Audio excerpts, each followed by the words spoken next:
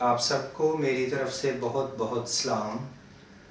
آج پھر ہم یسوع کے معجزات میں سے ایک معجزے کے تعلق سے سیکھیں گے۔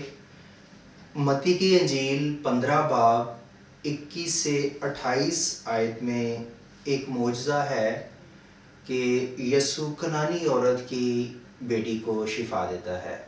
اس طرح بیان ہے، پھر یسوع وہاں سے نکل کر سور اور سیدا کے علاقے کو روانہ ہوا، اور دیکھو ایک کنعانی عورت ان سرحدوں سے نکلی اور پکار کر کہنے لگی، آئے خداوند ابن داؤد مجھ پر رحم کر، ایک بدرو میری بیٹی کو بہت ستاتی ہے۔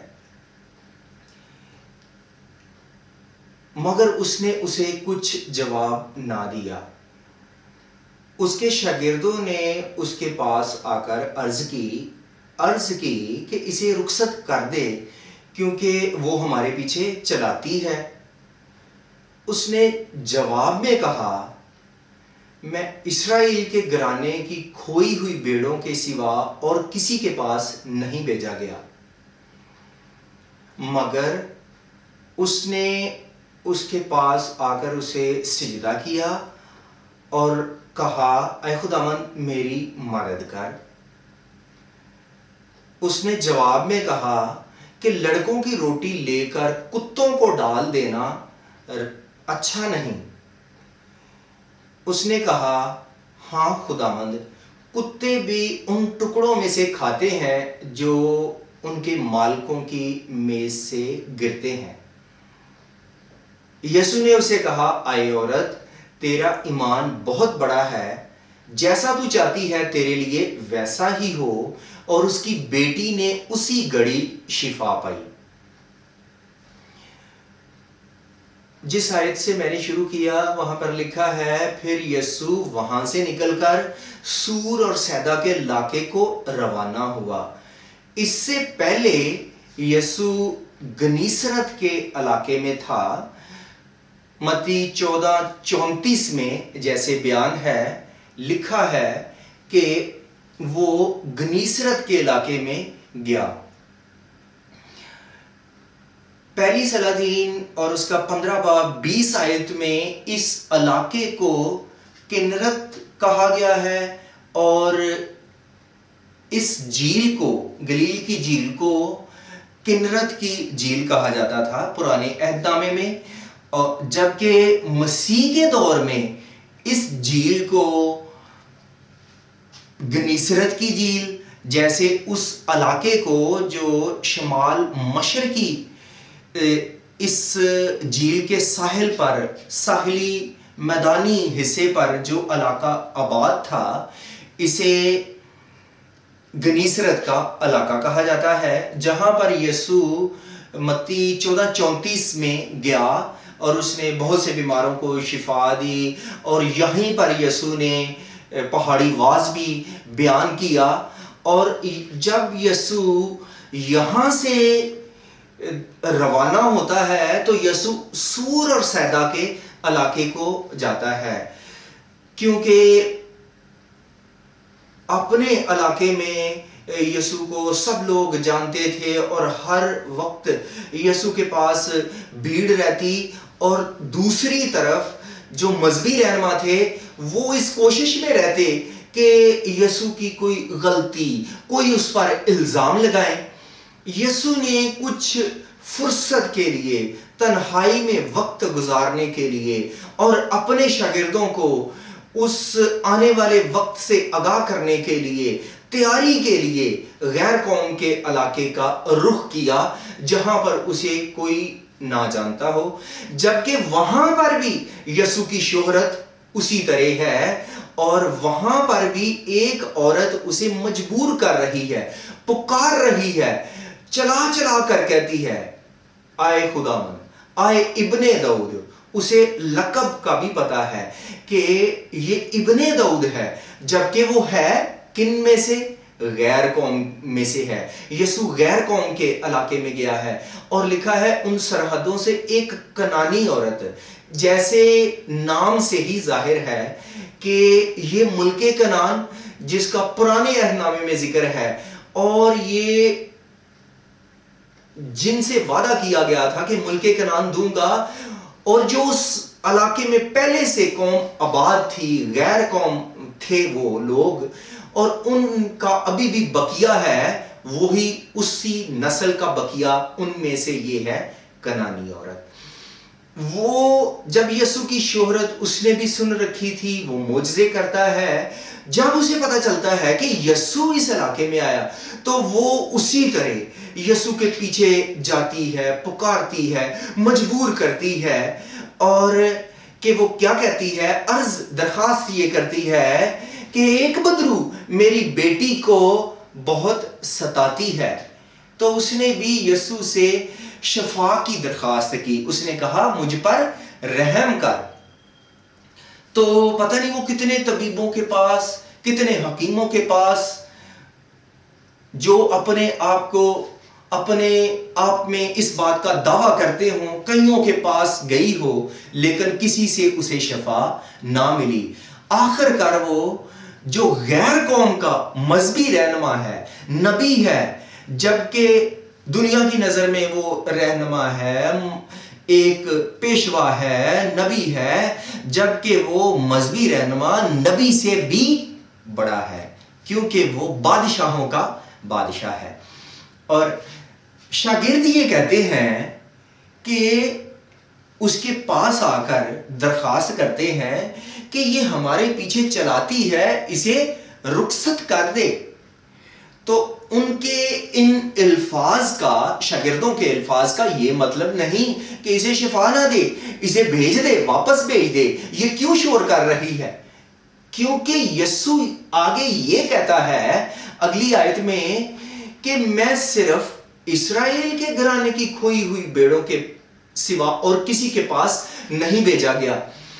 تو شاگرد یہ کہتے ہوں گے کہ جیسے تو اوروں کو، جیسے تو سب کو شفا دیتا ہے، اسی طرح اس کو بھی شفا دے. جیسے تو نے متی 8 باب میں وہ بھی صوبے دار غیر قوم میں سے ہے، تو نے اس کے نوکر کو شفا دی، تو اسے بھی شفا دے. تو یسوع نے یہاں پر اس کے ایمان کا امتحان لیا. ہم آگے دیکھتے ہیں. تو یسوع نے وہ جب یسوع اور اس کے شاگرد رکتے ہیں، بات چیت کرتے ہیں، تو وہ اس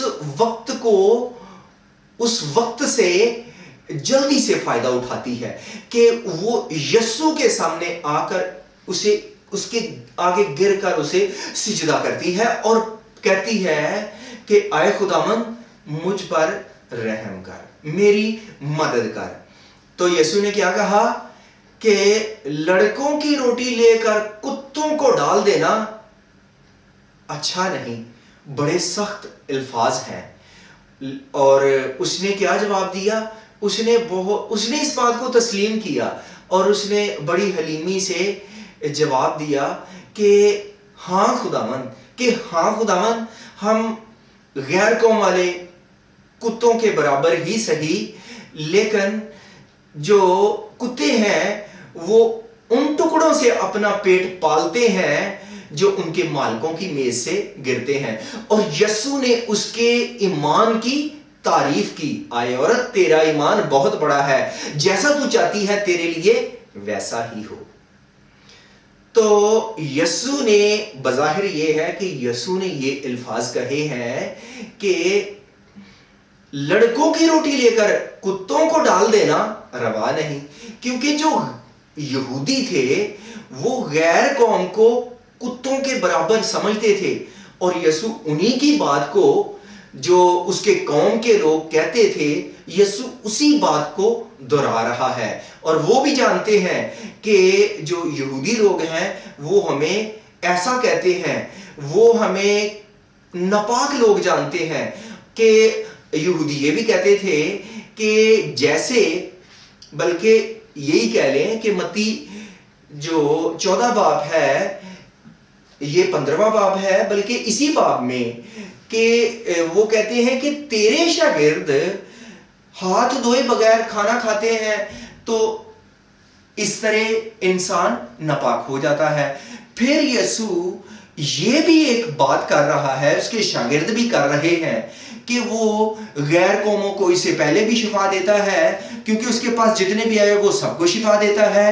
یہاں پر وہ پھر اور اس کے شاگرد بھی غیر قوم سے بات کر رہے ہیں، تو کہ وہ اپنے آپ کو ناپاک کر رہے ہیں، لیکن یسوع نے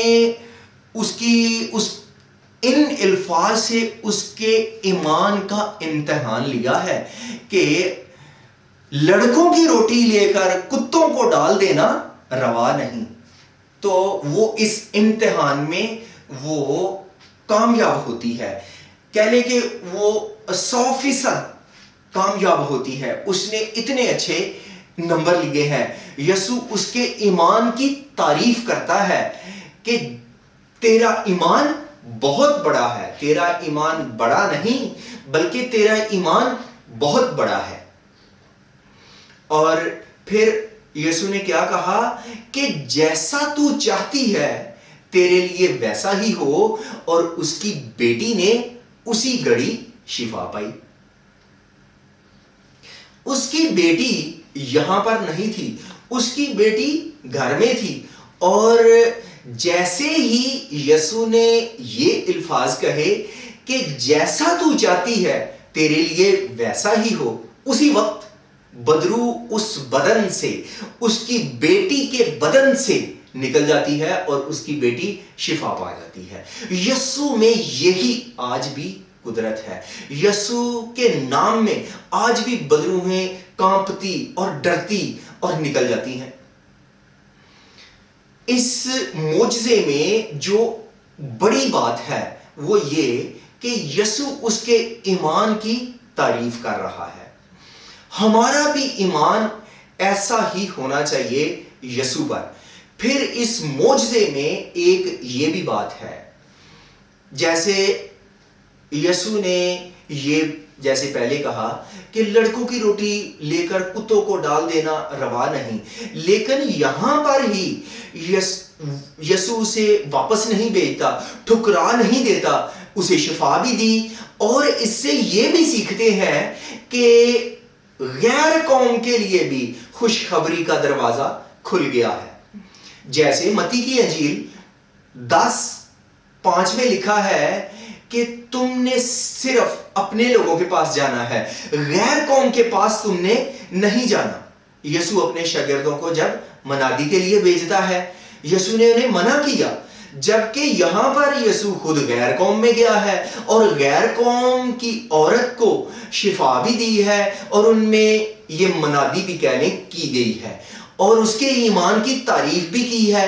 اور پھر آخر میں یسوع نے یہ انہیں حکم بھی کیا ہے متی 28:19 میں کہ سب قوموں میں جا کر انجیل کی منادی کرو، اور جو ایمان لائے ان کو باپ، بیٹے اور روح القدس کے نام سے بپتسمہ دو۔